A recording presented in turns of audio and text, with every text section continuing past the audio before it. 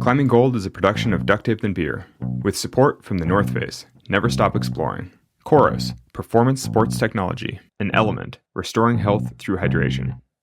Alex, I'm curious whether you've ever felt pigeonholed by your climbing achievements. I've never felt totally pigeonholed. Like, I don't feel like I have to go soloing all the time, but I do definitely get all the same questions all the time. Mm-hmm. I mean, even at the Olympics, people are like, oh, could you free solo that route? And you're like, no, it's the friggin' Olympics. It's the hardest route in the world. I'm like, no, I'm not free soloing that route. You're like, God, that's so annoying. How do you like literally actually like respond? At least a dozen people asked like, oh, would you solo that? And I'm like, no, obviously not. This is the hardest thing in the entire world. You're like, I would maybe do the speed route really slowly. Yeah, and even that I'd feel slightly uncomfortable.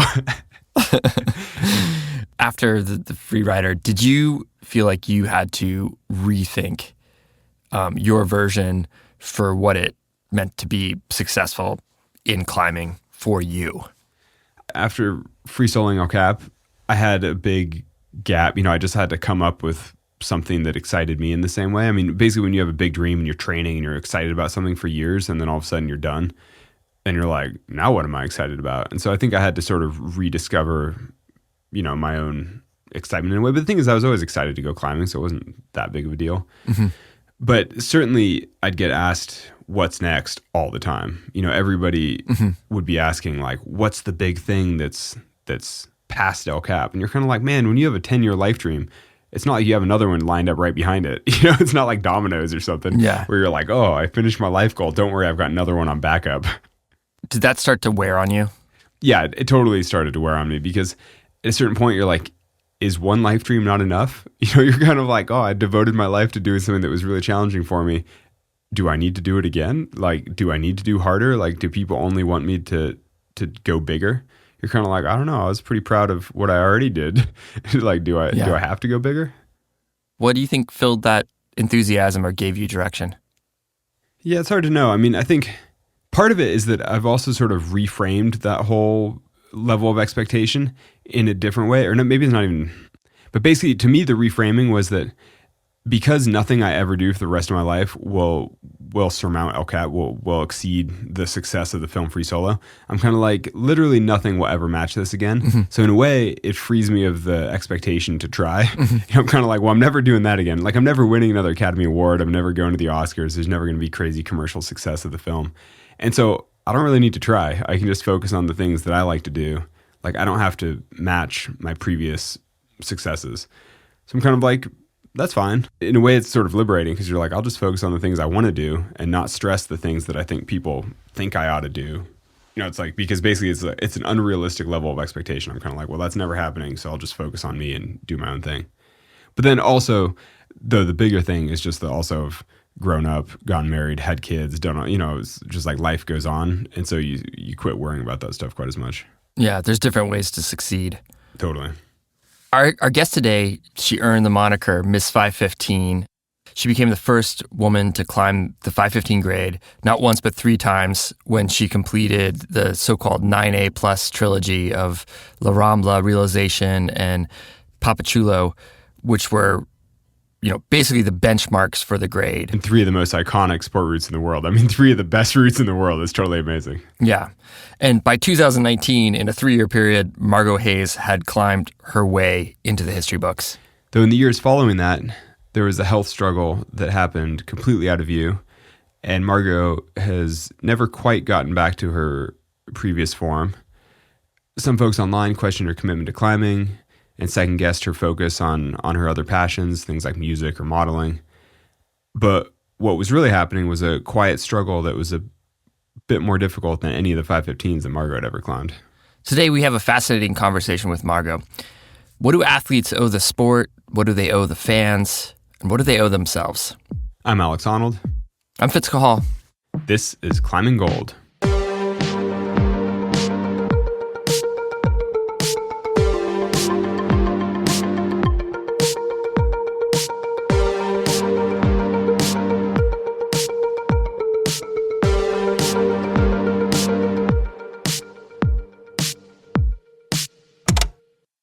When did you start climbing? I started climbing when I was 10 years old.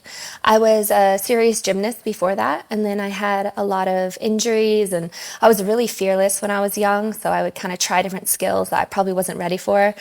And I also was kind of lankier than the other gymnasts, so I think my build wasn't ideal when it came to injury prevention. And when I had one injury, I ended up joining ABC climbing team and with Sean and Robin and Brooke. And from there, I fell in love with climbing, eventually quit gymnastics and just went full time for climbing. So you were 13 or 14 when you started climbing sort of full time? 13 when I quit gymnastics and it was full on with climbing. But I was also always I've always been an academic. So school always came first, like for my parents. So I always had to have straight A's and all that Mike, jazz. did it really come first? I mean, the thing is with school, Everyone says that, but I feel like you're one of the world's best climbers, for and me, I'm pretty sure you're not one of the world's best academics. So I'm not sure if school no, came I'm not. first. That's completely fair. That's completely fair. I like to think of myself as pretty intelligent, but I would not put myself in that category. No, I mean, for me, I always had to do well in school in order to go climbing. Like, for instance, if I didn't have good grades, like I was like, I couldn't go to practice.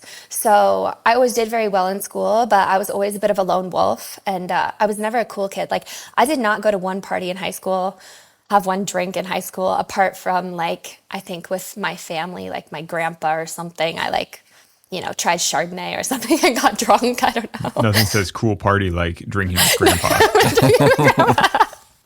But so, Literally. but so, at what point did you become a professional climber, or really, like, at what point did you get sponsors? At what point did climbing become more than just a hobby? I was always kind of a bit of the underdog because I know starting at 10 seems early, but in that kind of world, like ABC and stuff like that, like I was the one who started late and I was always more of a gymnast. And so it honestly, I feel like it took me a little longer to find my footing in the sport compared to some of the other kids. And let's see, I think my first sponsorship was a jewelry company, which is so funny, when I was 16. And then I think when I was 17, I got sponsored by Sportiva and Petzl. And then 18 is when I signed with the North Face, which, obviously completely changed my life in terms of, you grow up as a kid, and as a kid I was like, I want to be a professional climber, but I thought of like Jae Kim, and I was like, I just want to win World Cups, I didn't ever think of money being equated to being a professional. Like, that didn't even seem like part of the definition as a kid. So, yeah. Did you think of being a professional just meant sending the NAR? Whereas as you grew up, you realized that being a professional actually means making a living. Whereas like nobody actually cares if you send the NAR, but you have to be able to make a living to be a professional. It's like the opposite in a certain way. But no, yeah, I literally thought, I was like, professional. I was like, I'll travel the world and do World Cups. Like, I just want gold medals, Yeah, like, that's I funny didn't think about like, no, I didn't think like, oh, there comes a point where it's like, you have to pay rent. And like, you have to be a big girl, like you have to grow up. But when you're a kid, I think your concept of money is so different from what it is once like shit hits the fan and you're an adult and you're like, oh wait, I have bills to pay, or I have, for me, like medical things that I have to pay. And I'm like, oh geez, like. Yeah, it's funny. I often differentiate between being a professional climber and being a great climber. This is like, it's one thing to send all your projects and win World Cups and do whatever, but being a professional means actually paying the bills and the business side of things. Yeah. And I think if you can marry the two, then I think there's so much beauty in that and harmony. But I think it can be hard to find a balance for people. So talk about your sort of evolution as a professional climber. Like, at what point, you're sponsored by the North Face in 2018, you do some of your hardest ascents soon afterward. And what does it mean now to be a professional climber? Basically, like, it's a very quick ramp out of childhood. I'm like, and so then you're a professional, you're doing the thing, you're living your dream. Like, so then what happens? Yeah, like 17, I was consider myself a professional because I was making money from the sport. And then by 18, I was climbing a lot of the hardest routes in America very quickly. And then 19, I sent 515. Oh no, I sent two 515s when I was 19. And then I sent another one later. It's interesting because like I don't talk about this much, but like when I sent La Rambla and that happened, and I was in Spain with some of my boyfriends, not like my boy, Some of your friends who were boys? Yes, some of my friends who are boys. And afterward, they were like so excited. And the next morning, they were like, oh my God, check your Instagram. And I like checked my Instagram and I like started crying because like, I was like, I just want to climb hard. Like, I don't want to deal with other stuff. Like, I just want to go and climb hard. So for me, like, what came with sending that route was not anticipated. And I definitely, looking back at like baby me, like 19-year-old me, I was not ready for that, for sure. Ready for what? I mean, what happened? Ready for everything kind of blew up. Like I had all these opportunities, but it was also really overwhelming because I've always been like a very private person. And it took a long time to learn that like saying no to certain things didn't mean I was ungrateful for opportunities, but you also have to protect your own time and your own peace. And when you're a kid, especially when you grow up in a family that values gratitude and being polite and those things, which is obviously not a problem at all, but sometimes that transfers to you start doing all these things that you feel like you have to do because you want to have gratitude for the opportunities given to you, but also finding a balance in life, I feel like is one of the most important things, especially when your passion is also your work, you know, and that's how you protect the passion part of it. Yeah, I mean, you don't have to tell me about it. Like, yeah, it's like you're preaching to the choir. I'm like, amen, sister, amen. No, I hear all that, but I'm curious. I mean, basically, you're describing the kind of classic like people pleasing, where suddenly you have tons of people asking things of you, or really giving you opportunities which you feel like you should take, but you don't necessarily want to take. I mean, I've been in exactly the same position where you're like, Yeah. there are all these things I could do, but should I do them, and do I actually want to do them?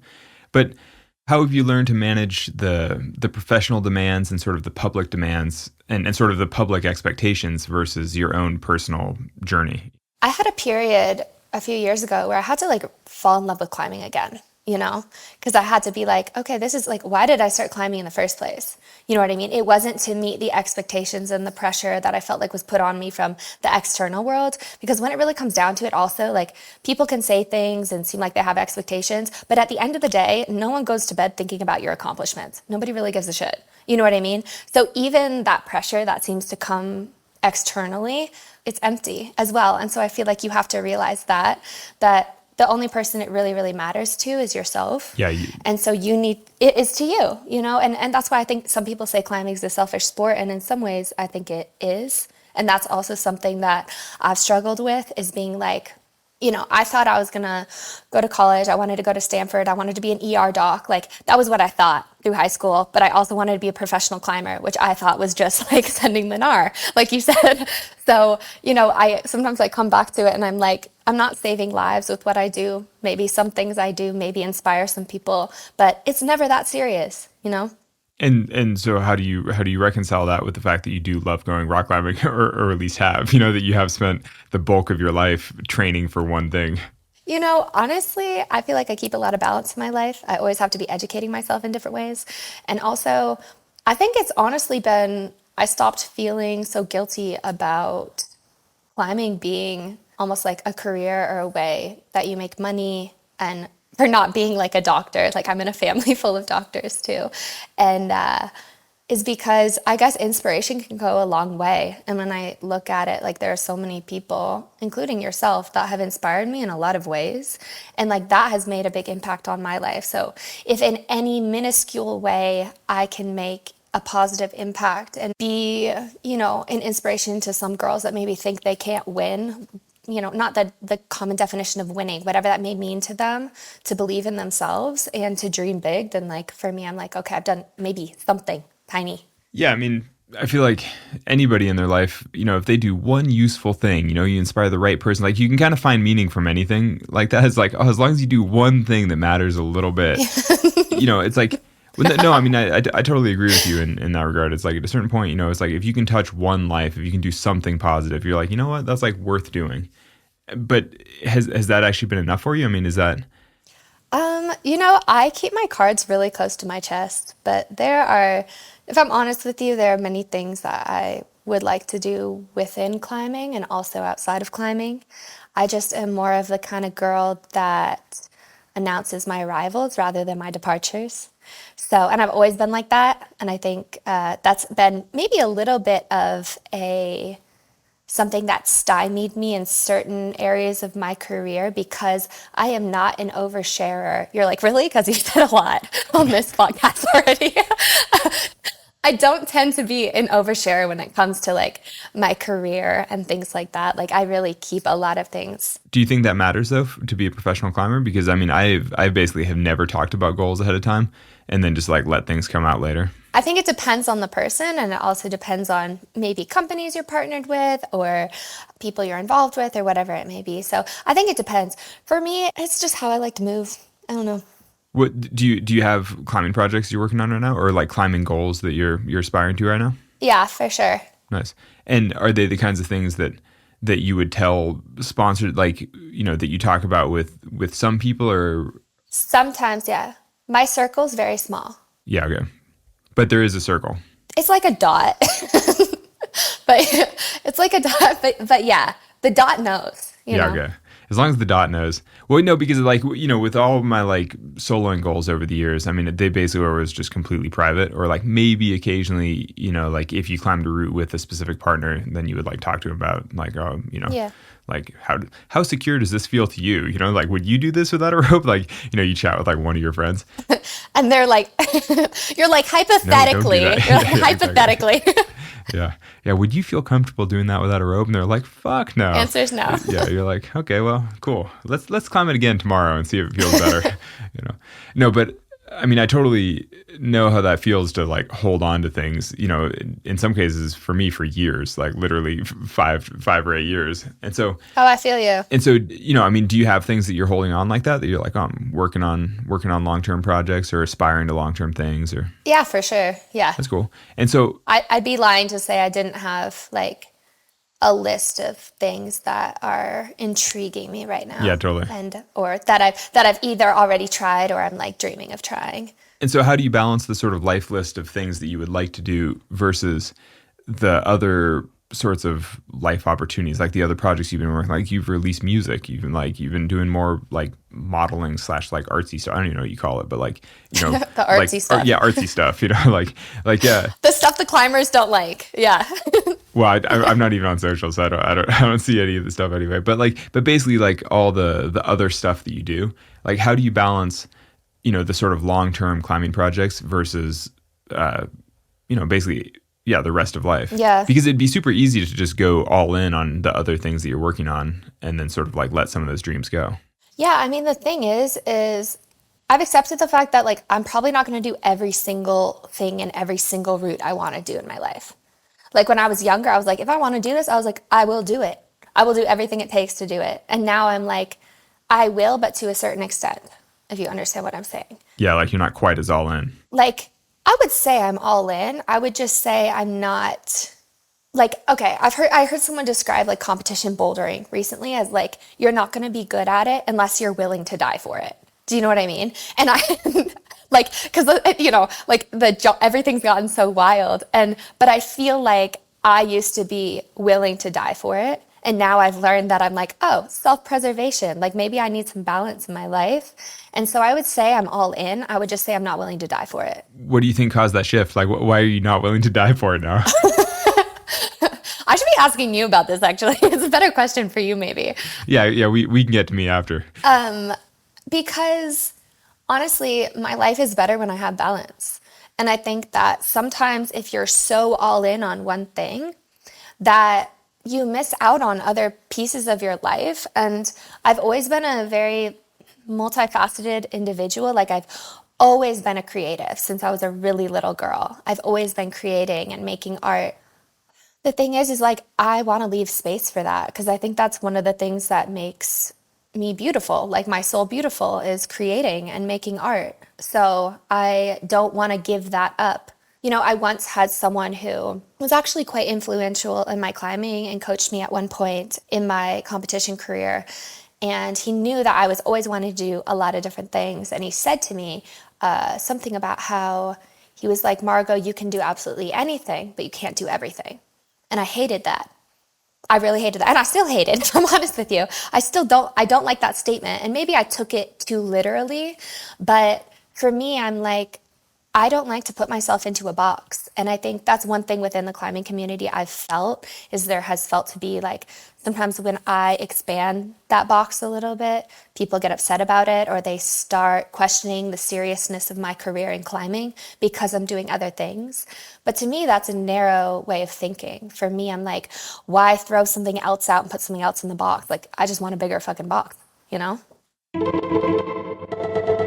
We'll be back with more after the break.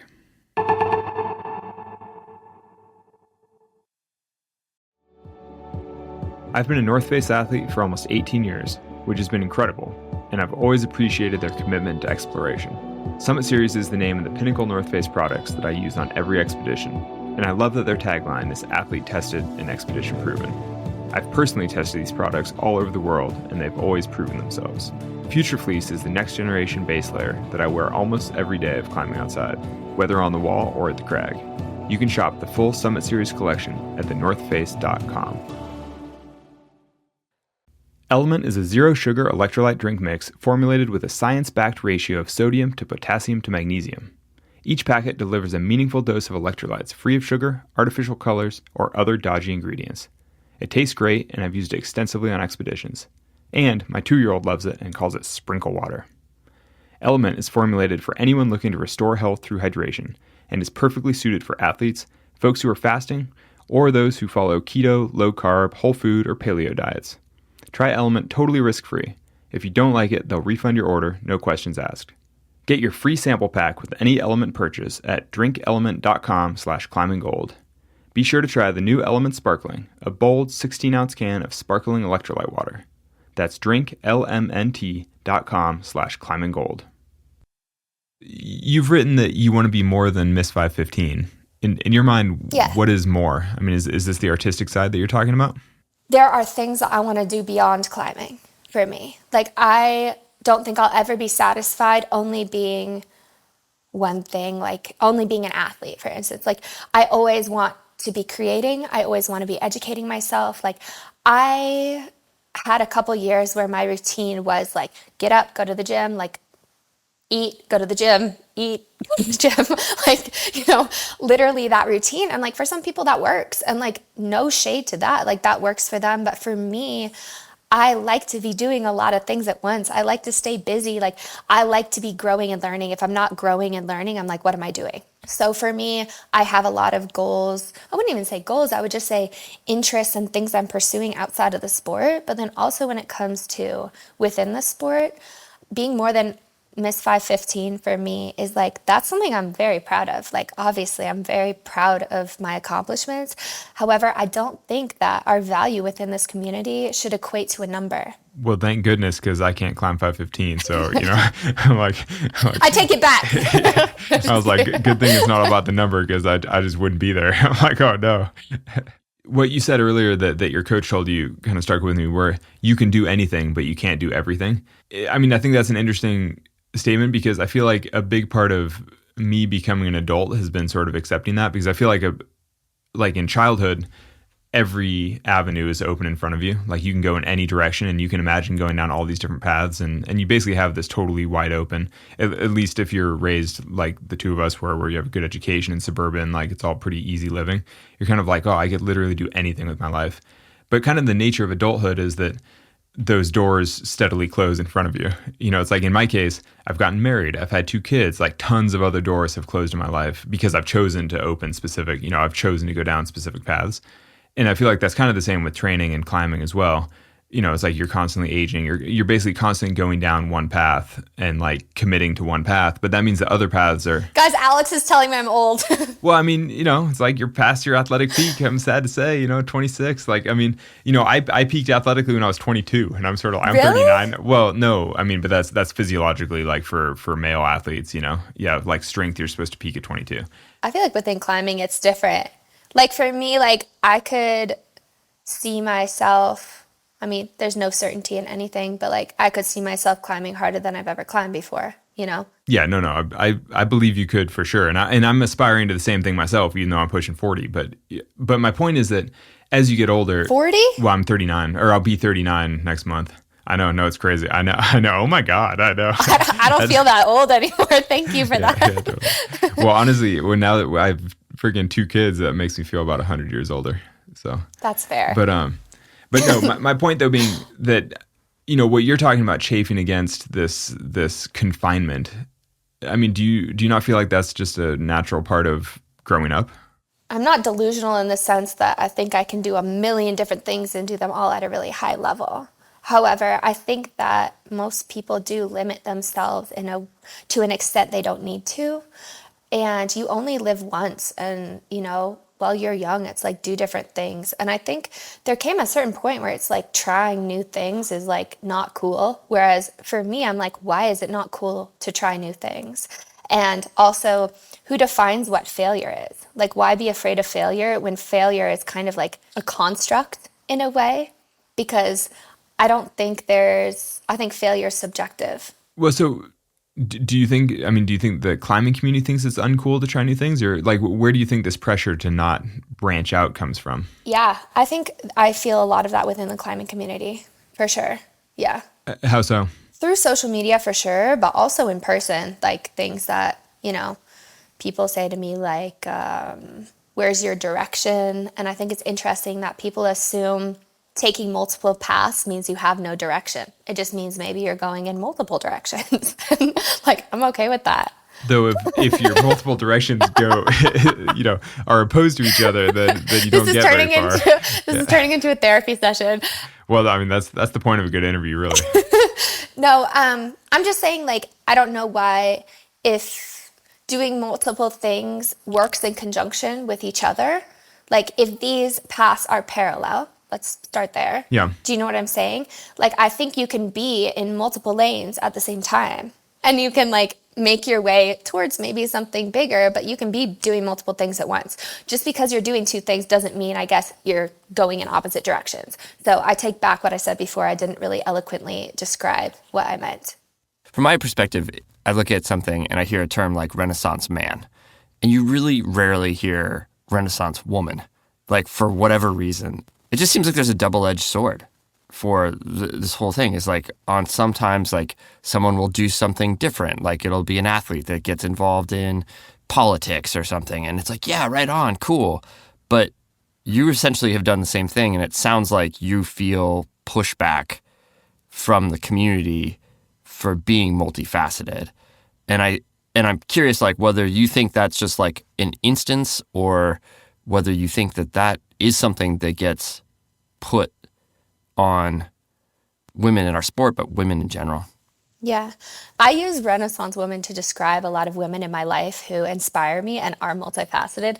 And yeah, I definitely think there's a double standard. Like I remember I was like Googling, I was like on my phone, I was like Renaissance woman, and it just defaults to Renaissance man. And I'm like it doesn't even come up with like Renaissance woman as a definition. So if anyone who like maybe watches this knows how I can or I'll figure it out, I'm a doer, like how to contact Google, like that needs to be added. I think that needs to be added. It's like we're living in a modern world, and the fact that Renaissance woman is not like a word that you search and it just has a definition, that's so weird to me. That's because back in the Renaissance there were no women, Oh, actually, you know what? Do you want some history? Actually, back in the Renaissance, it's interesting because when you think of like the times like 1600s or whatever, like we think of all the artists that we know, right? We're like men, right? But there actually were female artists back then also creating. And the problem is there are stories of women creating art back then and men taking credit for it, for the fame, being the name behind the art, etc. And I don't know, but I think there is a parallel between that and also things that happen in like today's society, even within the climbing community. I just think there's a different standard for men and women. With women, for instance, myself, just on the basis of us showing that we have, and I could go into the DMs and the comments and everything, but I don't need to, but just on the basis of us showing that we have like multiple passions or we're interested in other things and we're sharing that on our platform, I think people start to question the seriousness of our career or our focus or whatever it may be. Whereas I think with men, at least things that I've seen, I think that it's often that there's a blind eye, or maybe even people turn a blind eye or maybe even support certain men within the community that walk the line of unethical practices as long as they have made a name for themselves or as long as they're intertwined with the career of a prolific female within the sport. And I think there's an importance on women and young girls recognizing people who want things for you versus people who want things from you. And also recognizing that, like, the shit you've done, like, you did that shit. You know what I mean? And I just think it's at a certain point someone's taking advantage or benefiting from, in this case, it's not the art, but from the work of a woman. One thing you said that I haven't really thought about that I sort of agree with is saying double standard with men and women, perhaps with if you do other things, people question your commitment to the sport. I've noticed that if I sort of post other things or like stray into politics, stray into environmental issues, nobody questions my commitment to climbing. Yeah. They do tell me to stay in my lane, and they do definitely heap on the hate and like what do we care about you, blah blah blah. But you're right that nobody ever really questions my commitment or like questions who I am as a climber. They just tell me that I'm an idiot and that I should shut up and stick to what I do and blah blah blah. And I'm sure you get that too. I get that too. But, and like I think there's a lot of things with like body image for women online as well. Like probably once a week I get called like doughy or fat, or like, did you starve yourself for those photos or whatever? Like you can't win. Do you know what I mean? Like people are always gonna hate. So you do you. Well, okay, wait. So taking a few steps back, can you just you keep talking about being creative, being artistic. Can you lay out all your other artistic endeavors? Yeah, so you've released a single. I've released 2 songs at this point. I have a lot of things that I just haven't released. I was super hesitant, like kind of, to release the first one. How scary is it to release a single? To be honest, I'm kind of at a point in my life right now where, like I said, like for the first time in a long time, I'm not really afraid of failure. And also, I've been through a lot of experiences in the last few years, like including my health, but also some other things that you kind of realize you're like, just live your life, like do your thing, live your life. Some people are going to approve, some people are not going to approve, some people are going to hate on you. Like people hate whether you're doing good or bad.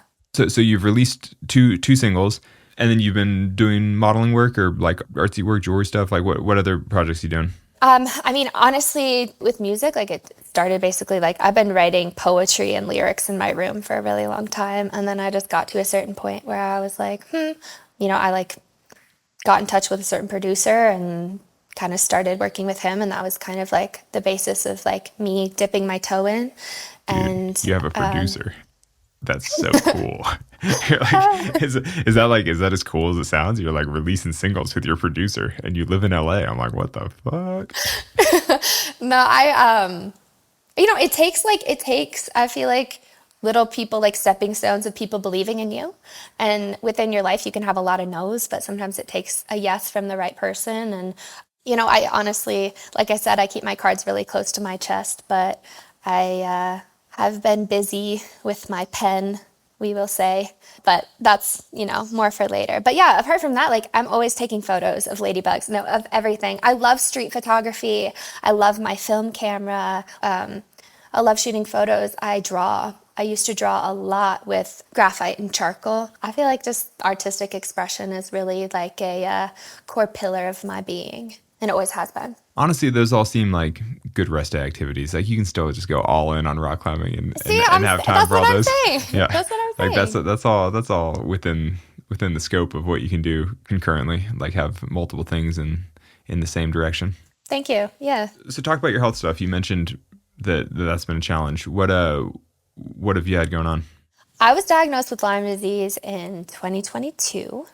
I would say like 2020 is when I really started getting sick, and we didn't know what was happening.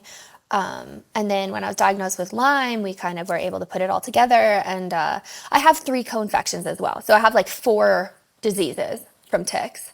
So it's your face. I know. Yeah, I'm like, geez, is that like, what does that mean? The co-infections are basically other infections that are like Lyme disease, but they cause different symptoms. So when I'm talking about Lyme, I'm kind of talking about Lyme and co-infections, but it's just less confusing if I just group it all in with Lyme. Yeah, what are the symptoms? Like what actually happens? It depends on the person, like I said, but basically it can cause like honestly, right now, my worst symptom is like chronic migraines. So like have a migraine almost every day, but like atypical migraines. What do you mean atypical? Like atypical migraines can like affect you in other ways. Like you can get aura symptoms with your vision. You can get like numbness or tingling in your body, like really different things. So for instance, I've been in Colorado recently and climbing a lot on the Front Range as well as like in Rifle and stuff like that. And I've had days where like I feel amazing climbing outside. You know, I'm climbing with one of my best friends, Kai Leitner, and we're working on some hard routes together. Hmm. And then I'll come home and like I'll have a day where my migraines are really bad and like I'm literally in bed for 2 days. Hmm. So it's kind of crazy.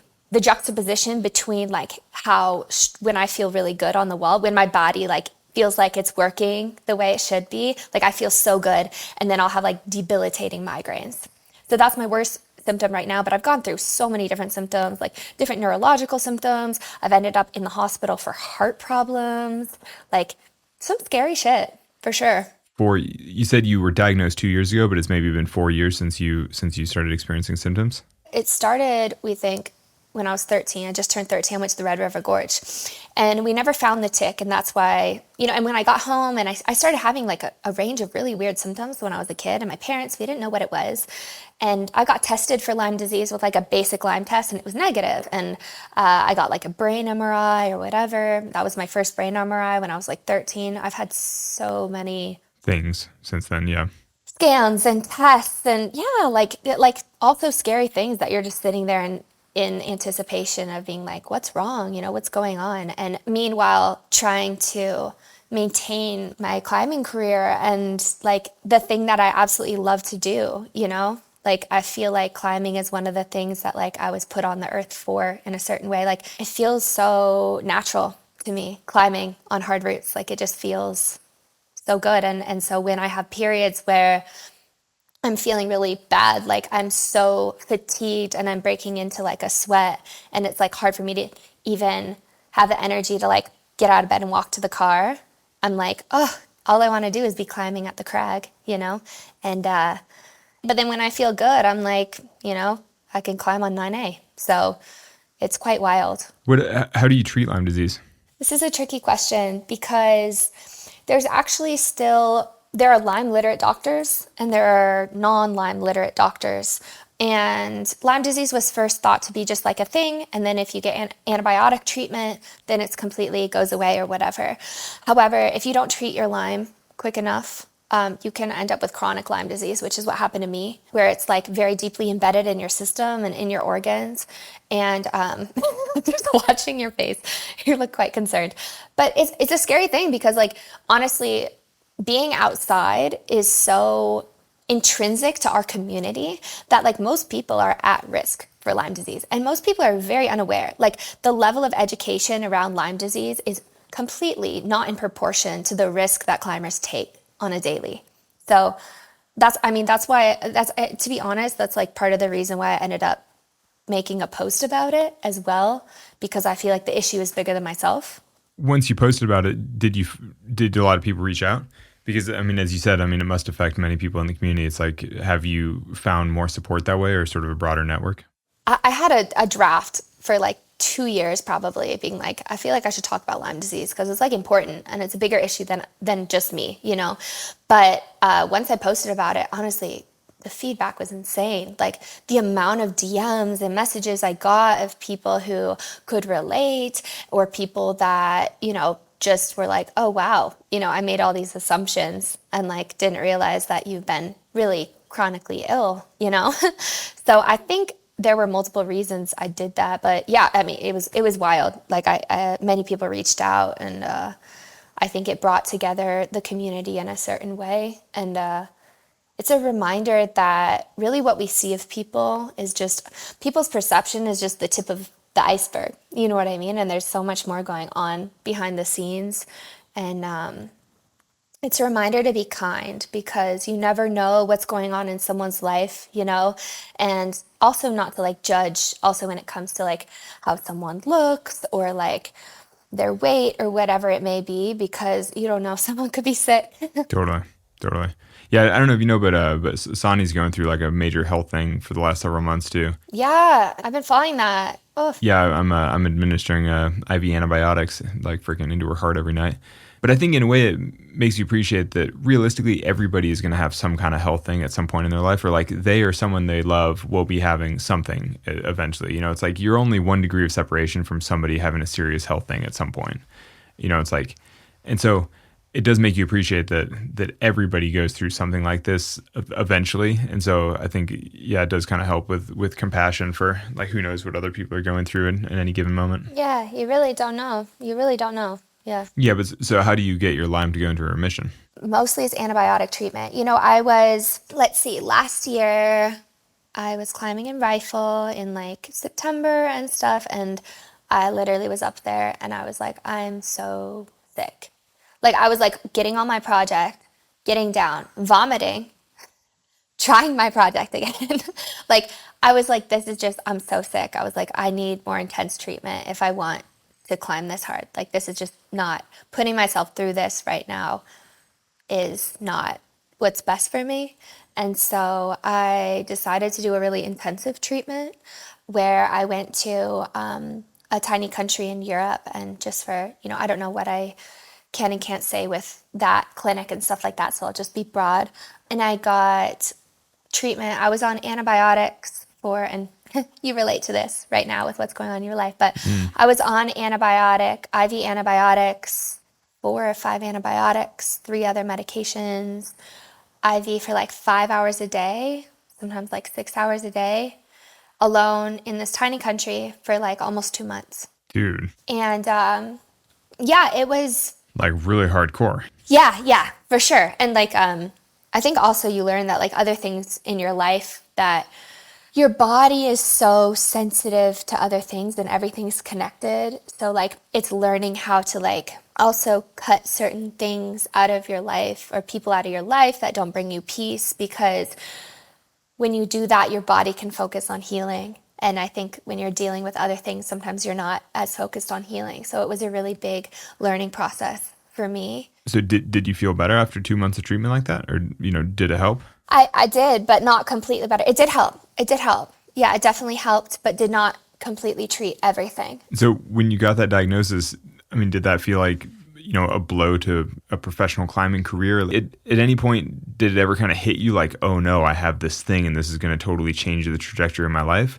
Or has it been ongoing for so long that it actually didn't change that much?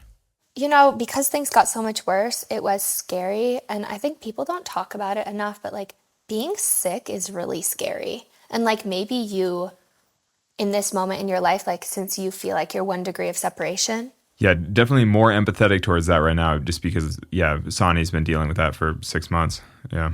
It's really scary, especially when like the diagnosis is semi-certain, but also there are other things going on. And it's like, it's wild because many health things can lead to other health things, because the system's all connected, right? And that's what can be scary. Like people say about cancer, sometimes they're like, cancer doesn't go away, it just hides. So that's why when you have one health problem or one autoimmune issue, a lot of the time, it can cause other issues. When I got my Lyme diagnosis, like my first Lyme diagnosis, I was like, whew, like it was a little bit of a relief in the sense because, and I'm still I've had Lyme for so long that it's caused other issues within my system and my body. And so I see my doctors for Lyme, and I also see my doctors for other things that sometimes are just helping treat certain symptoms. But doctors have questioned me having some really scary things. And so sometimes getting a diagnosis that it's something like Lyme, which at least if it can be manageable, if you really put the time in and you really learn your body and know what to do, it can be managed to a certain degree. You learn to really be grateful for the little things and to also live in the present. We'll be back with more after the break.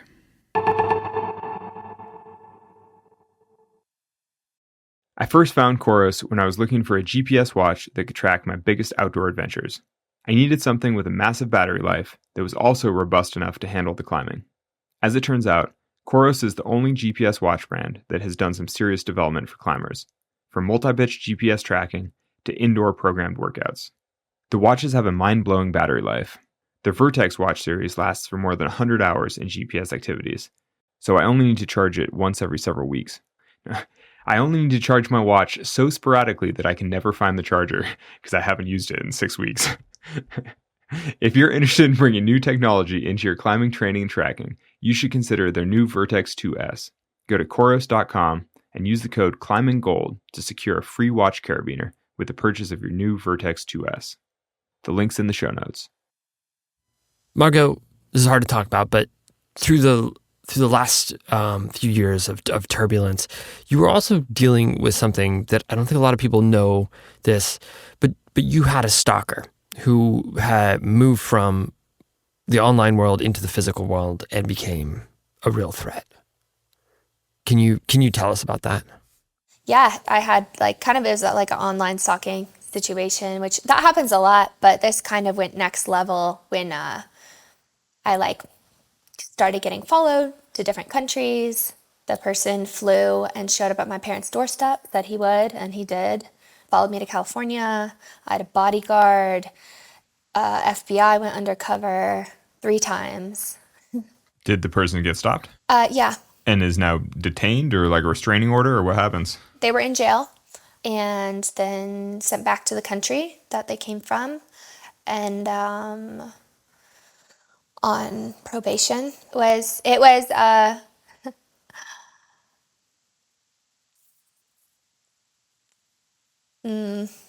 goes without saying, quite a traumatizing experience. But have you been public about any of that stuff? I tell people, and I think it's actually important to talk about in the sense that, I think the internet is really not a safe place for women in a lot of ways.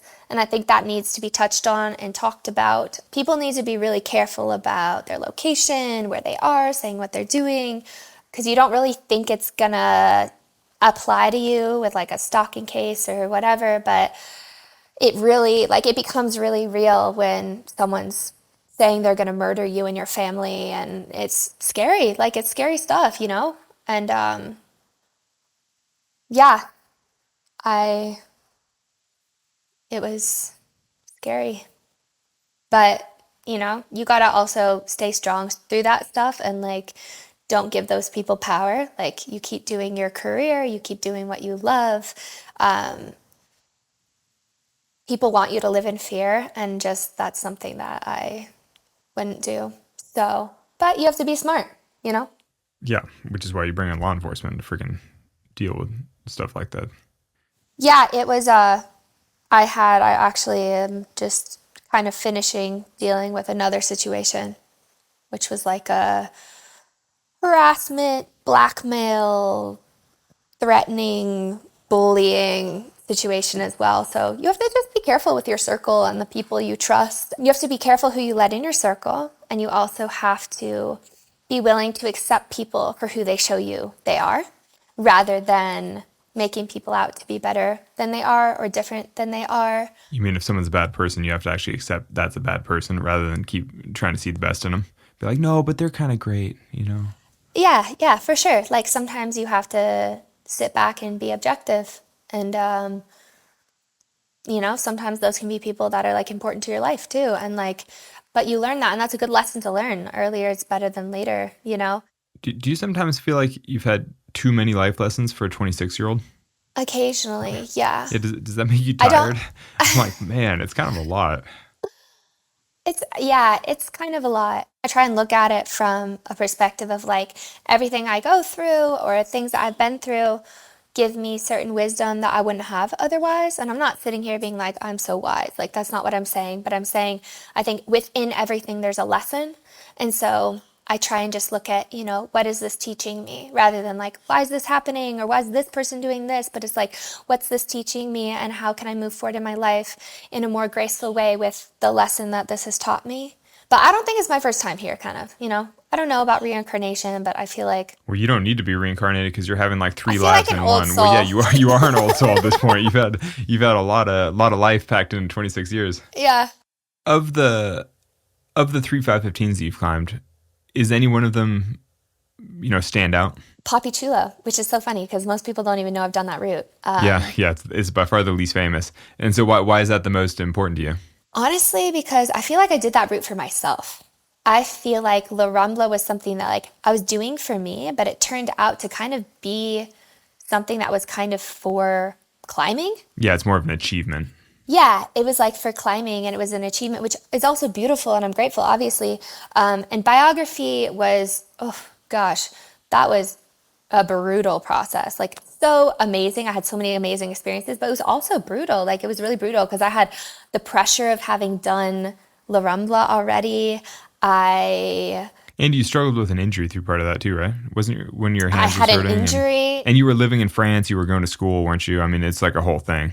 I was living in France. I was going to school. I was doing the World Cup. So I never. It's interesting because like with biography, like I had a small period where I was kind of going up back and forth from my apartment in Aix-en-Provence in the south, and meeting up with people that were climbing there. And I kind of go stay for a few days, go home, go back. I was taking these little like blah blah cars, which are like ride shares. So it'd be like a Fiat 500. And like I'm a princess, so like I overpack. Like I'll bring like 2 rollers for a weekend, and like be in this tiny little Fiat 500 and with like 4 other people crammed in the back seat and like the driver's getting paid and like we're each getting dropped off at different places.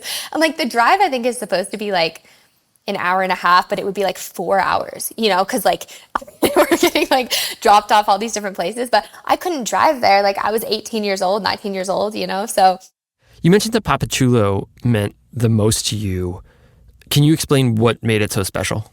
I've been a comp climber since like I had been up until Olympic trials for the 2020 Olympics. I was comp climbing my whole career, but also like I always come back to being outside because I love nature. And for me, I needed to take a break from that scene. It was really toilsome and stressful for the whole pre-Olympic team in 2019. And I think since then they've probably ironed some things out and maybe the process is like a little less brutal in some ways. Also, preparing for an Olympics is always brutal, but I was like, I need to escape and go climb outside. So like me and my boyfriend at the time, we went there and I mostly just tried that route and really learned the route. And I felt strong because I'd been working really hard on power. I've always been more of like a slow twitch athlete.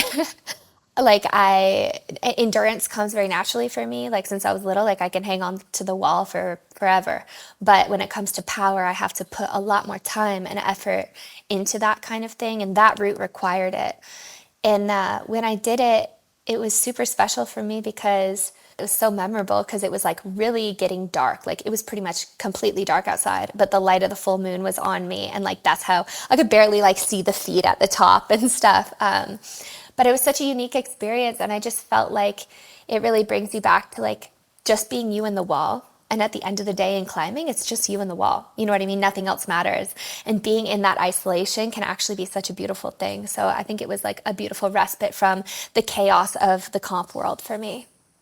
It just wasn't as important for like the bigger community as like La Rambler biography had been.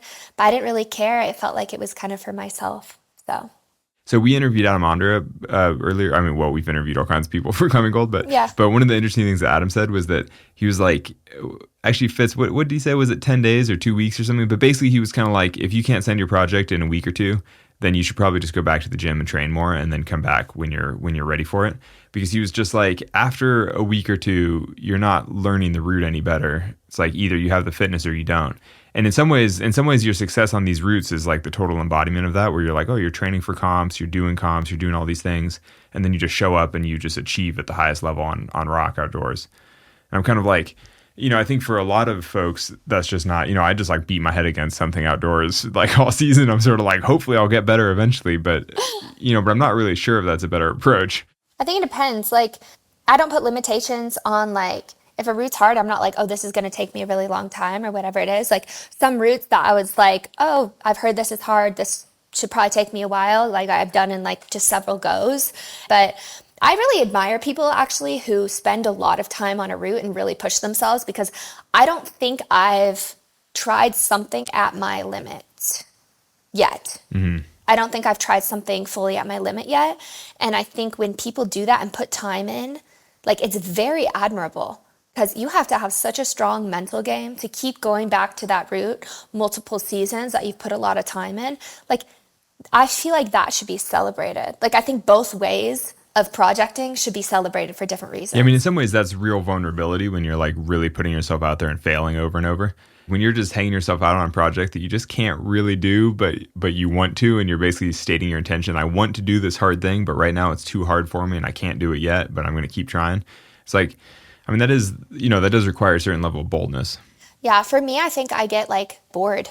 Like, I want something else, a different climb. You know what I mean? Like, I want to, sometimes I'll just be like, oh, I'll just take a break. I'll come back or something like that. You know what I mean? And but it's been interesting because with my health over the last few years, because like there's a climb that I'm trying currently, and it's interesting because the first time I tried it was in 2020. I tried that a couple times, and I tried kryptonite a couple times, and I was like, oh, kryptonite's way easier for me. I'm going to just go do kryptonite. And then I was going to come back to that. And then I came back to it the next season. I was sick, and I was like, I'm too sick. I can't do this. And then I came back to it the next year, and I was like, I'm too sick. I can't do this. So like, that's kind of been my experience of like a long-term project, which I never like, tried it consistently or whatever, but me touching down on it and being like, I want to try this, and then being like, I'm just not capable right now, and then doing something else. In some ways, it seems like health is a lot like the weather, where it's like kind of out of your control, Yeah. and you just have to just Oh, it is go with completely. it. You're like, today Yeah. it's too humid, or Yeah. today I'm too ill, and you're like, it's just No, literally. how it is. I've had to adjust. Also, like, I feel like I've had to put my ego in check in some ways because I'm used to being like, oh, it's a 14C. I can do it in 5 tries. I was like, can you climb 14C in 5 tries? Yeah, I've done quite a few in like 5 goes or Man, so. I'm so jealous. But like now there's a lot you've done I can't do. So, but now I'm like, I don't put that on myself. I'm not like, I have to do it in this many tries or this much time or whatever, because I would just feel bad all the time because I wouldn't be accomplishing things in the timeline I'm used to, which that timeline really just feeds your ego. Like, it doesn't really matter at the end of the day. And if I'm not feeling good, most of the time I'm not going to just like force myself to try the route. I'll just be like, oh, I'll just do something easier today and enjoy climbing. So this question, I think, is for both of you. Margo, you mentioned that La Rambla, it was kind of for climbing, right? And, obviously each of you have had a moment in your careers where you've done something where on one level it's bigger than you. It's for the sport. And I also imagine that there's like also a trick to this, because each of you have also mentioned that you have different interests. You care about different things. You have opinions about different things. And like what you do as a professional, what do you owe to the community? And what do you owe to the fans? What do you owe to the sport? Because that question comes up all the time, whether that's in music or mainstream professional sports. It can be quite the dance for all kinds of athletes, all kinds of creatives. What do you owe to people? And, what do you just need to do for yourselves? Do you want to start, Alex? No, you go. I'm so curious. I think it's interesting because like even when I made that post about my Lyme disease, I talked about how I'm not posting about that because I feel like I owe anyone an explanation. And I think if you are a public figure on any level, even if your platform is, you don't owe an explanation. If you get caught in like needing everyone to know every side of the story for things that they're going to perceive about you, like you're just going to waste your life trying to worry about how other people are perceiving you rather than just doing the things in your life you want to do. So I don't feel like you owe people an explanation. So I think that's what I would start with saying, like, I think you don't owe. However, I think you always owe people grace and kindness. And when it comes down to it, I would say of everything like I've accomplished in my life and my career up till this point, probably what I'm most proud of is remaining kind, even through times of adversity or times when I've been done wrong. Like, remaining kind is the most important thing. And I really think like, you can't fight darkness with darkness. What do they say? Like, you need light for that. So I think giving people grace to a certain extent and remaining kind, and that's to do with your fans and also just in your day-to-day life. But I also think gratitude, because for me, at least with my career, even if it's things that I've done, it wouldn't be, and not on the basis of what I thought a professional climber was when I was a little girl, like we were talking about earlier, just sending the NAR, like maybe you don't owe anyone anything. But when it comes to the real definition of what being a professional athlete is and making a living on that, and that being, your career, like you have that partially because of the people that believe in you, support you, love you, the people that look up to you. And so for that, like, I'm grateful, I'm grateful for my fans. I'm grateful for people that stand by my side in like ups and lows. And like I said, for people who appreciate me for being multifaceted. So gratitude, I guess I feel like you owe gratitude and kindness. But beyond that, I think, you just got to do your own thing. That's why I thought you should go first, because I was like, I suspect we're gonna have wildly different answers. And I was like, wow. No, I was like, so what level of performance do you owe the fans? I'm thinking of professional sports and stuff, and I'm kind of like, but no, I think what you do owe people, and I tend to agree that you don't really owe anybody anything. You just do your own thing. But I think part of being a professional is that you do owe them an effort. Like, you should be trying your best. Like, if you're being paid to do a thing well, you should at least be trying your best to do that thing as well as possible all the time. And this is particularly true for athletics. I don't know as much for like creatives and making music and things like that, because I agree with that. I don't know, the whole artistic process is a little different, but I feel like for athletics, it's like, if you're getting paid to do something, you should be trying your hardest to do it well. Yeah, I think that's fair. That's a good like minimum bar, where you're like, yeah, maybe you don't have to be sending the NAR all the time, but you at least should be trying, or like structuring your life in such a way that you could send the NAR, if you know what I mean, like at least putting in the best effort with what you have at the time. Yeah, I agree. I think our answers aren't mutually exclusive. I think they just look at the question in a different light. Yeah, totally different sides. Yeah. But I mean, I would say I've done a lot of climbing that I did just because of the history side of it, or just the achievement side of it. Things that like I remember I was doing some random photo shoot in Europe or something, some granite area in Italy, and there's this supposed 12C roof crack, and I basically soloed it just because, and it wasn't 12C, it's a hand crack in Italy, it's probably like 511. I was like, this is really easy, this is totally fine, like it feels chill. And basically I was like, this is going to take me 5 minutes and I could be the first person to solo this thing. And it's like a thing, it's like this cool thing that hasn't been done before, and I'm available to do it. Like, obviously I have to do it. And to me, Alex is like, I'm doing it for the clout. Well, yeah, I wasn't even like, oh, this is going to be cool. Like, I wasn't even like proud of myself necessarily, but like, there are a lot of things like that you're like, oh, sometimes you just tick the box because you're there and it's the day and you just tick the boxes, And same actually on expeditions. Like, I've done a few new routes and things like that when you're like on a trip somewhere and you're like, oh, we flew in, we're on the glacier, and you're kind of like, well, we're here. It's sort of our obligation to make the most of the time and like do some things that we're proud of, Yeah. Even on the marginal weather days or when you're already tired at the end of the trip, things like that, you're kind of like, well, part of being a professional is just like getting it done. Yeah. So. Yeah, I think for me too is always like trying my best is always a given. So I don't even think about like defining that. Do you know what I'm saying? Maybe I'm fundamentally lazier than you, which is why I have to like really, really try hard. Whereas you're like, oh no, of course you always try 100%. But like, I feel like it's in my nature. Like I'm a little tiger. Like I'm always going to try hard. You know what I mean? I'm a little sloth on the inside. For me. That's why I need like constant prodding. Languid, just kind of like. I understand why you have to make the effort then. Yeah, exactly. Yeah, I have to get psyched. No, but I think I always like just assume I'm going to try my best. But yeah, if you step back and I like look at it from a bird's eye view, like you're saying, like maybe to a certain extent you do, owe that. Like in everyone's job, when something's their job, like they're expected to try their best, whether or not they find success, like they are expected to try their best. So, and I think the thing is that trying your best can look different at different points. And that's something that's important to recognize. Is there anything that you wish you could tell the 2017 version of you? Like, do you feel like that any of these lessons should have been learned sooner? I'd be like, bitch, take a break, smell the roses. Well, but I'm curious, would you wish that for yourself? Because, I mean, you said you are very proud of the things that you've accomplished. I mean, the first woman to climb 515. For sure. I mean, it is incredible. Like, thank you. Is there anything you would do differently? Or that you wish you had known? I do actually, like quite a bit. But at the same time, I'm someone who I don't really live life with regrets.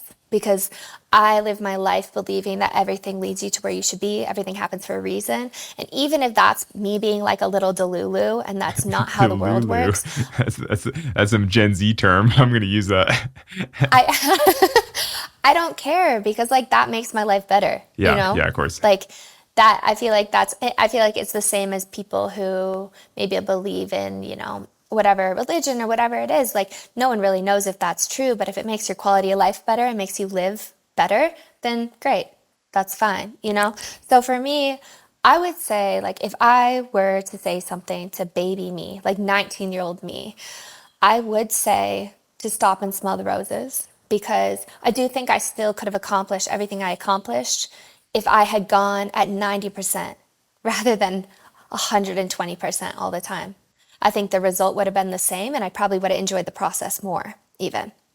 So I would say to like stop and smell the roses, to also to rest in moments I needed rest, despite maybe feeling external pressures for me to do the next big thing. Because I dream big. That's just what I do. That's part of my personality. I've been like that since I was an itty bitty girl. And so I'm always pushing myself hard enough myself. I don't need to take on the pressure of external sources. I would also say like not to worry, like that things are going to work out and that the ups and downs that I went through in that time also really shaped me into the woman I am today. And for that, I'm like really grateful. I'm really grateful for the growth I've had because I feel like now in life, I feel like I have a perspective where I appreciate both the roses and the thorns, if that makes sense. I'm honestly kind of at a place where I'm just like really grateful. Thanks, Margo, for sitting down and sharing with us. You can check out Margo's creative world on Instagram at Margo Jane. Climbing Gold is a production of Duct Tape and Beer. Alex Honnold is our host. Our production and editing team includes the talents of Lauren Delaney Miller, Marco Seiler Gonzalez, and Evan Phillips. Skylar Perwins is our YouTube and social media editor. Music today by Brendan O'Connell. Tracks are courtesy of the Artists or Track Club. Our creative director is me, Fitz Cahal. Our executive producers are Jonathan Redsick and Ben Endy for RXR Sports, and Lacey Hendricks and Becca Call for Duct Tape Then Beer. Thanks for listening.